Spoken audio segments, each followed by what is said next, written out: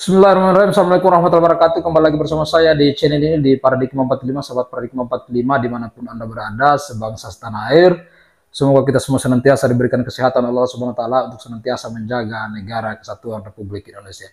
Baik sahabat Paradigma 45, kali ini saya akan menampilkan sebuah video yang dimana ini adalah sebuah video yang cukup menarik dan kemudian saya bersepakat dengan ini dan saya kemudian tertarik untuk mengup video ini, yaitu video dari kiai kita, yaitu Gus Fuad Pleret, yang hari ini menjelaskan kepada kita terkait dengan fakta-fakta pendukung dari tesis dari Kiai Hajimanuddin maupun yang kemudian orang yang kemudian hanya berpura-pura mendukung tesis dari Kiai Hajimanuddin.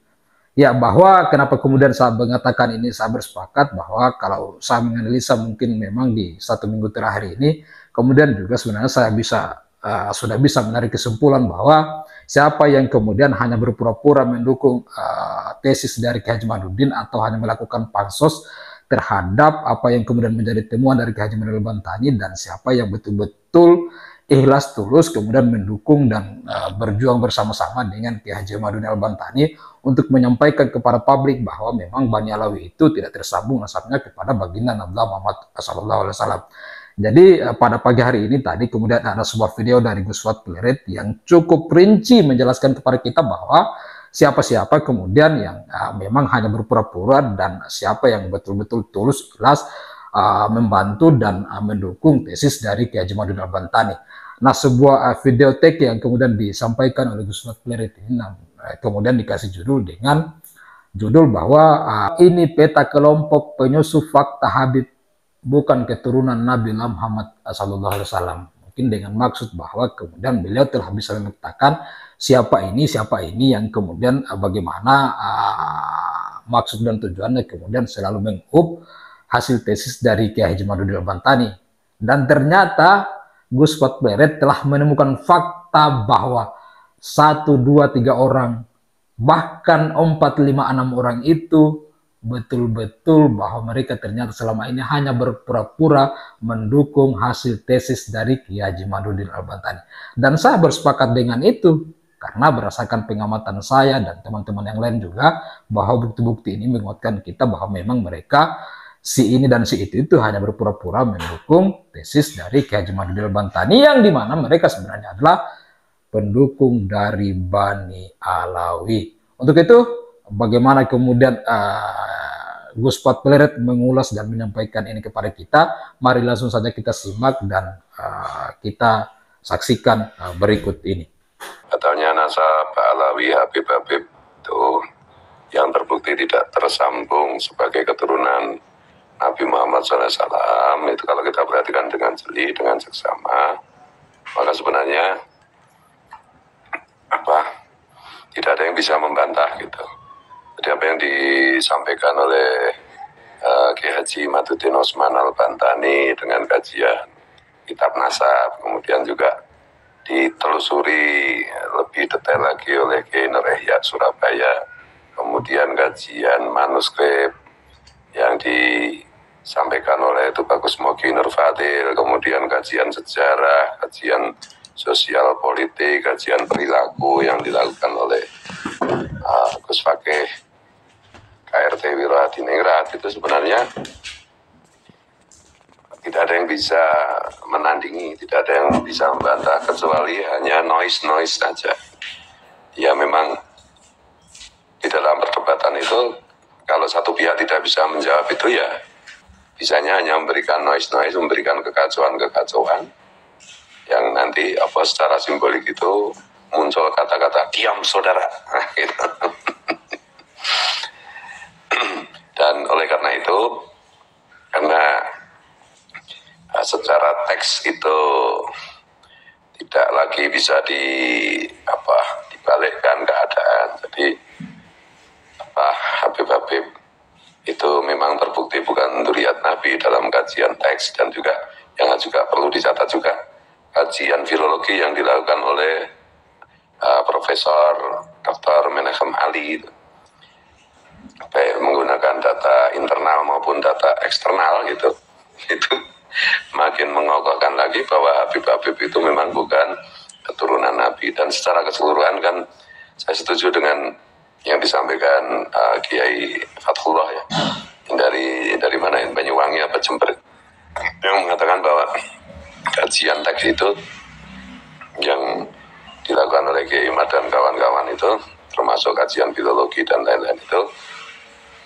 sebagai ilmu sosial, itu sifatnya itu dhoni itu maksudnya tetap aja ada kemungkinan untuk diperdebatkan, meskipun dengan perdebatan konyol-konyolan, dengan perdebatan pleset-plesetan ala yang paling harus disebut itu yang logikanya jalan kan cuma si Rumel Abbas ya, Gus Rumel Abbas.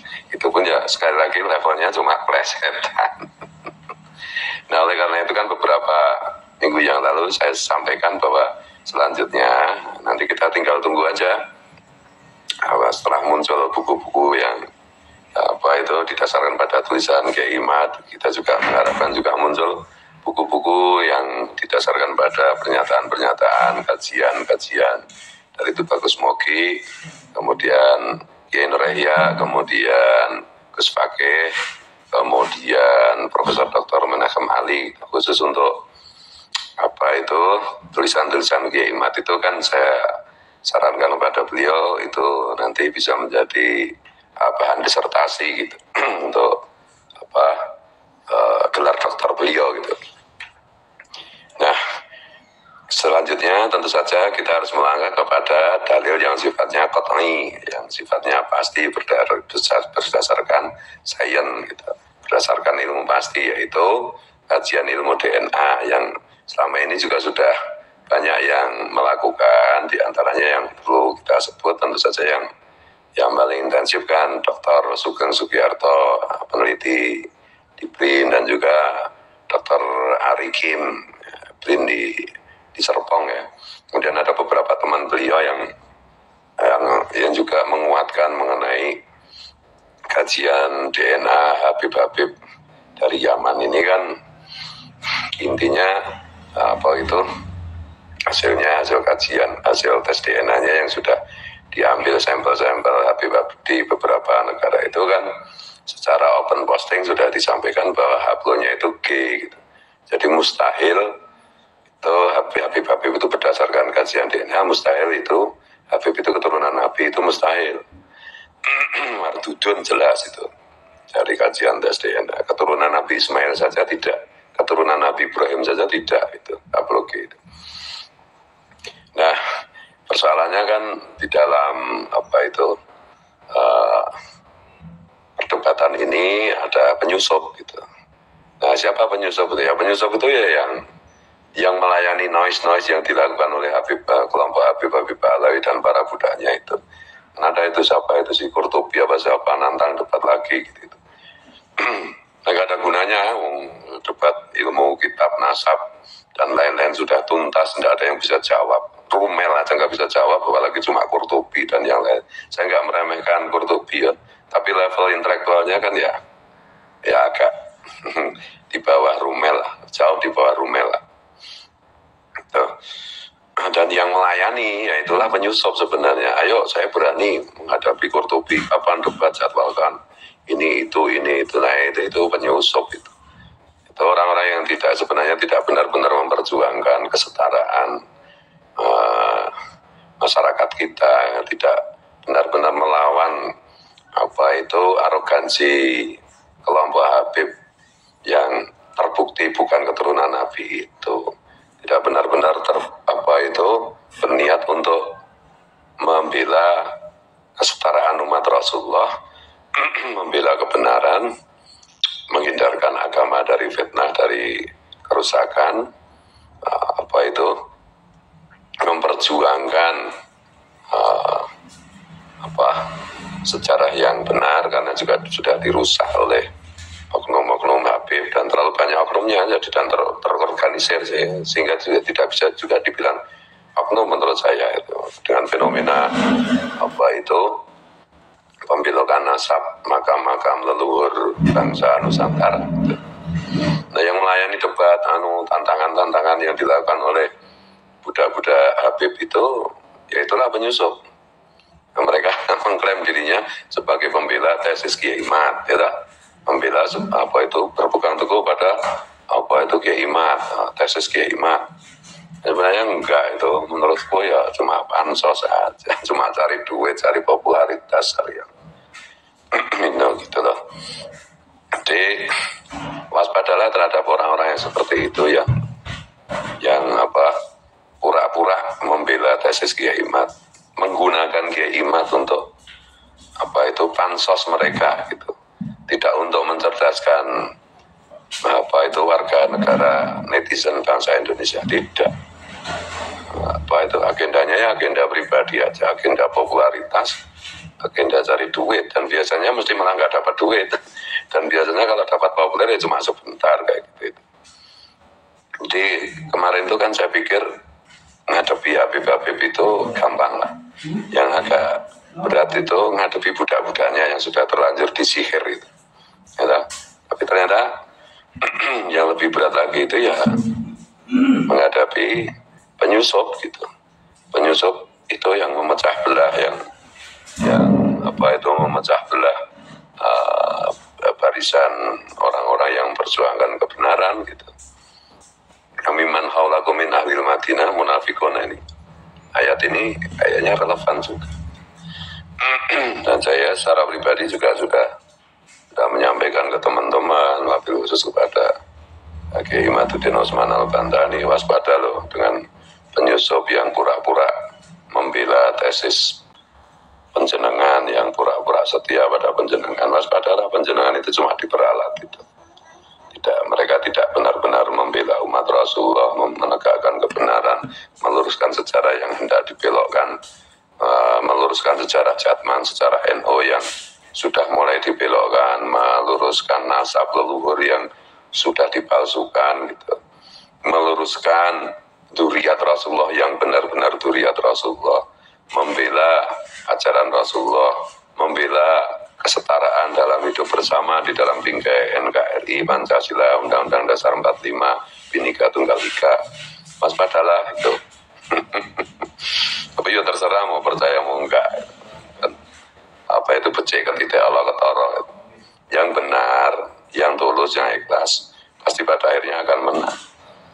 Dan tentu butuh waktu. Dan apalagi sekarang ini secara berderap-derap di masyarakat yang menggerakkan itu. Ada gerakan penyadaran yang dilakukan oleh para kiai, para gus-gus, dan juga aktivis Nahdlatul Ulama yang muda-muda di tingkat Ansor, Banser, secara diam-diam, tidak struktural gitu, dari mulut ke mulut, dari WA ke WA, dari HP ke HP, mengenai kebenaran tesis Kiai Imaduddin Utsman dan kawan-kawan, mengenai kenyataan bahwa Habib-Habib itu terbukti bukan keturunan Nabi Muhammad SAW. Tapi sebagaimana disampaikan Kiai Nur Ihya Surabaya, bahwa ini kan soal mengubah mindset yang sekian lama sudah dicekokkan, sudah diimplankan di benak Nahdliyin gitu. Jadi ya memang butuh waktu untuk menyadarkan semua pihak. Tapi alhamdulillah di level masyarakat secara diam-diam, secara senyap terjadi penyadaran terus-menerus, seperti bola salju yang menggelinding, semakin besar kesadaran di kalangan Nahdliyin. Kenapa saya ulang-ulang kata Nahdliyin? Karena sebenarnya problemnya Habib itu kan ibarat benalu di kalangan Nahdliyin. Maka saya berkali-kali tegaskan, ini urusan yang pertama-tama itu adalah kewajiban Nahdliyin untuk meluruskan gitu. Dan di antara para penumpang gelap kan juga jelas itu adalah kelompok Salafi Wahabi itu.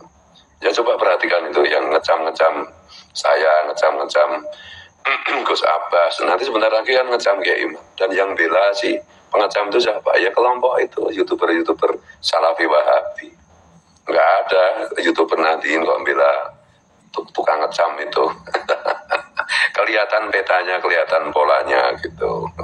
Urusan kayak gini kecil ya, bagi gue kecil ya gitu. Dan nggak penting semuanya itu. Bagi kita itu yang penting itu adalah bahwa arus kesadaran menerima kenyataan bahwa Habib itu memang bukan keturunan Rasulullah SAW. Itu terus